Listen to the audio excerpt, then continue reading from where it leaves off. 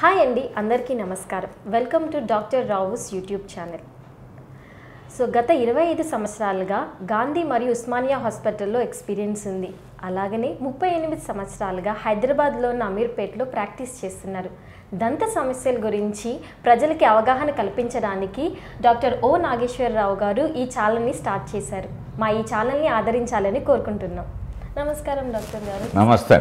ఇప్పుడు కొంతమంది బెడ్ పైన టీలు కాఫీలు తాగుతుంటారు. మమ్మీ కాఫీ, మమ్మీ టీ అని అడుగుతూ ఉంటారు. సో అలా తాగడం వల్ల ఏమైనా నష్టాలు జరుగుతాయో తెలియచేయండి. చాలామంది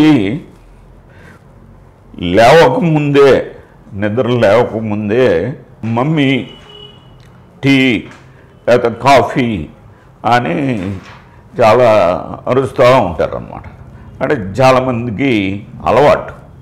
కాబట్టి ఈ విధంగా చాలామంది లేవకముందే ఈ టీ కాఫీలు తాగటం వల్ల ఏమవుతుంది అని చాలామందికి అంటే తెలియదు.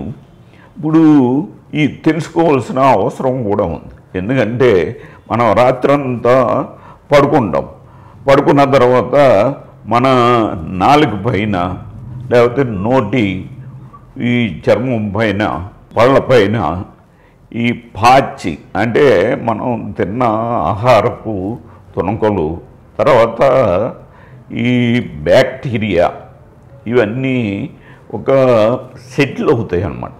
అంటే మనం రాత్రులప్పుడు ఏమాత్రం మాట్లాడడం కాబట్టి అవి డిస్టర్బ్ కాకుండా సెటిల్ అయ్యి ఒక పొరలాగా, తెల్లని పొరలాగా నాలుక మీద, పళ్ళ మీద, తర్వాత నోటి చర్మం మీద అది పెరిగిపోయి ఉంటుందన్నమాట. ఈ పెరిగిపోయిన దీన్నే మనం పాచి అంటాము. ఇది ఇప్పుడు అట్లాగా ఉన్నప్పుడు మనం టీ కానీ కాఫీ కానీ తీసుకున్నట్లయితే అది ఏమవుతుంది, ఆ పాచి అంతా కూడా నోట్లోకి అంటే మనం మింగేస్తాం అన్నమాట. ఆ వేడికి ఈ పాచి అంతా కరిగిపోయి ఇది లోనకి ఆటోమేటిక్గా జీర్ణకోశంలోకి పోయి జీర్ణకోశ వ్యాధులు రావడానికి అవకాశం ఉంటుందన్నమాట.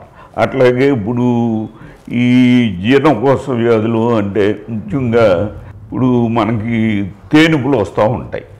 ఈ తేనుపులు వచ్చినప్పుడు అంటే ఎసిడిటీ పెరుగుతూ ఉంటుంది. ఇట్లాగా ఈ బ్యాక్టీరియా వలన అనేక వ్యాధులు, జీర్ణకోశ వ్యాధులు కూడా రావటానికి అవకాశం ఉంటుందన్నమాట. కాబట్టి ఈ విషయాన్ని గమనించి ఇప్పుడు ఎవరైతే బెడ్ కాఫీలు, టీలు తాగుతారో వారు ఈ విషయాన్ని గమనించి అది తగ్గించుకున్నట్లయితే మనకి ఈ జీర్ణకోశ వ్యాధులు రాకుండా ఉండే అవకాశం ఉంటుంది.